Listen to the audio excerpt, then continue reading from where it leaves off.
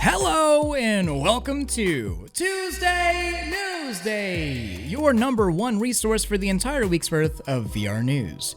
You know, I feel kind of bad. These past few weeks have been filled with quite a bit of cynical news regarding the VR industry, even though the VR industry is doing amazingly right now, better than ever in fact. But this week, I'm excited to bust the walls down. Everything that's been bad is turning on its head. If you thought Facebook had control over everything in VR, well, you're wrong, and it's time for a new era, the era of the virtual hacker. And also, I'm talking about this ridiculous new headset, the DecaGear One. But we've got way more than just that, so let's not keep anybody waiting, let's just get right into the news. Let's start today off with a breakthrough in display technology that could soon make just about every VR display that we use today look archaic. And according to a few, could lead to a VR headset that looks flawless, 0 pixels, 0 screen door effect, and ultimate clarity. Samsung and Stanford University have developed a new OLED technology that can support up to 10,000 pixels per inch. To give you an idea of what that accomplishes, the Valve Index is about 598 pixels per inch, measured by this community post on OpenMR. That's a massive improvement, and it still contains 10 times more pixels than even the HP Reverb G2, known at the moment to be one of the clearest commercially available headsets. Well, almost available. And this isn't some far-off technology either. Samsung is apparently already developing a full-size display using this technology, so we could very well see this in devices sooner than you think. Last week, there was a huge backlash all over the internet because a Redditor had posted screenshots from an Oculus support conversation regarding a banned Facebook account. This account was apparently disabled because there were multiple headsets associated with the same account, which is ridiculous if you ask me. I personally have a Quest and a Quest 2. According to this post and Facebook's own recommendation here, if I have both headsets used at the same time under the same Facebook account, I am at risk of my account being banned and not being able to use any headset at all. The funny part here is what this support tech recommended. Quote, the Quest 2 can only be associated with one account and would need to be constantly factory reset to have it active on a second account. And you most likely would not be able to continue having two headsets, as this would be against Facebook's terms of service. It could lead to one or both Facebook accounts being disabled or permanently banned, end quote. And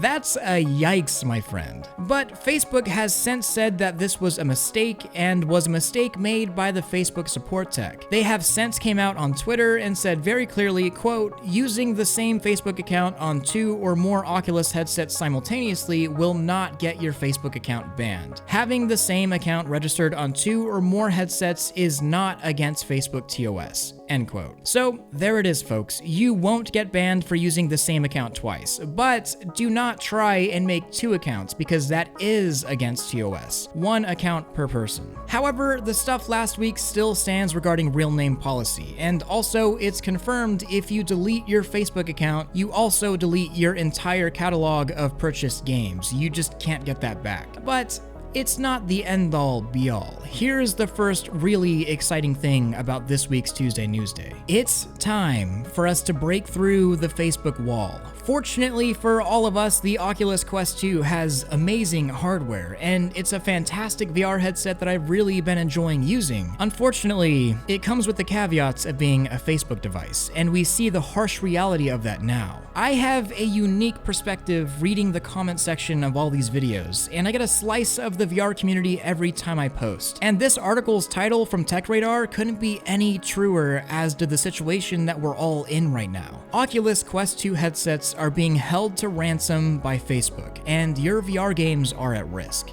Well, it's time to give Big Brother the big bird, because Quest 2 jailbreaking efforts have come back successful. In order to keep the identity of the person successful in the jailbreak attempts hidden, no names will be listed here because you best bet Big Blue will be going after the guy. Luckily, XRSI, a group going by XR Safety Initiative, have not only publicly confirmed the jailbreaking but are also protecting everyone involved. This jailbreak basically bypasses every restriction Facebook has put on the Quest 2. no more Facebook requirements, no more ability for Facebook to lock you out of your device, basically bricking it, and perhaps no more risk of your biometric data being tracked out of your control. Now, the actual jailbreak is not public yet, but the Quest 2 has only been around for a few weeks and it's already been done. It's only a matter of time before this can be replicated by everyone and be in the public's hand. And then will come a new era for VR. No longer are we held down by what Facebook tells us to do. If we don't like the policies put in place, it's not a matter of just not buying VR anymore. It's a matter of manipulating the system in a way that best fits consumers. The era of the virtual reality hardware hacker is among us, to take the tools at our hands and to say no. It's going to be a long and interesting road, I'm not gonna lie. But the last thing I'll say on this topic, if anyone from Facebook is watching this, I warn you, this is what happens when you put your foot down on enthusiasts. The harder you hold us down, the stricter your policies, and the more you enforce them, the only thing you're doing is creating a legion of people dedicated and motivated to oppose you to maintain freedom within the thing that they love. And to everyone else, we don't necessarily have to wait for competition. We take this hardware and we do what we want with it. But now, on to the next exciting thing. Gosh, this episode is packed, I'm not gonna lie. So out of nowhere, a brand new headset has been announced and it looks pretty amazing. Let me give you the basic gist. This is the DecaGear One. Pretty much it's advertised to have HP Reverb G2 resolution, so 2160 by 2160 per eye, facial expression tracking, hip tracking, and index-like finger tracking, but it's selling for $450, undercutting every other PC VR headset out there right now. The website went live and tweets went like crazy last week as the whole project literally came out of nowhere, and specs, features, price-wise, it's kind of shattering for the whole market. I mean, shoot, it's pretty much advertised to be a better Reverb G2, but for cheaper. So of course mine and a lot of other people's BS meters went off, and I obviously was pretty skeptical at first because, especially at the time, the company was accepting $10 pre-orders, but their contact emails led nowhere. However, since then, I've actually talked over voice call with a member of the team, done some digging myself, and had the entire project confirmed by Valve themselves, and the DecaGear One is, in fact, a very real thing. This is what Valve said, quote, "While we did not work with Deca on the design, we did, as we always aim to, provide technical support on Steam VR integration, etc. We're excited to try this headset as it becomes available," end quote. And yeah, that's pretty decent proof of Deca's realness. If Deca is a scam, they would have pulled one over on me, you, and even Valve, so I'm giving these guys the benefit of the doubt. More details on the headset though. It's got inside-out tracking, similar to the G2 or Quest or Rift S, has 5 finger capacitive sensors on the controller, so you could have sweet finger tracking like on the Knuckles controllers. Supposedly has lower than 1mm tracking precision, which puts it right up there with the Index and Quest in terms of tracking quality. And more interestingly, has facial tracking, which can be used for a variety of things, mainly social applications. Imagine if in VR chat you smile to smile and stick out your tongue to do the same on your avatar versus using gesture-based faces that we have at the moment. In addition, a hip tracker will be included that not only makes inverse kinematics and body tracking easier, but can also mitigate a lot of motion sickness in games currently by using hip-based locomotion versus the hand or head-based locomotion in most games now. I am currently in communication with DecaGear, and in fact, I have a live interview with them scheduled within VR chat that's going to be on my Twitch channel later this week. So go on over there and follow my channel if you want to be there for it. And if you have any huge questions, leave them in the comment section of this video so I can ask them and make my interview list. I am super excited for what DecaGear has to offer, but of course, I'm taking this with some caution. The headset sounds amazing on paper, but until I have one in hands, it's hard to say much more than that. Right now, it's estimated by Deca that May 2021 will be the first wave of headsets shipped, but that's just an estimate and is definitely not concrete. And I'm for sure going to be covering more of this, hopefully getting a review unit here at some point. But now it's time for a spooky meme break! It just made a sound. When you hear the sound of the Quest 2 turn off, but you haven't used it since last night.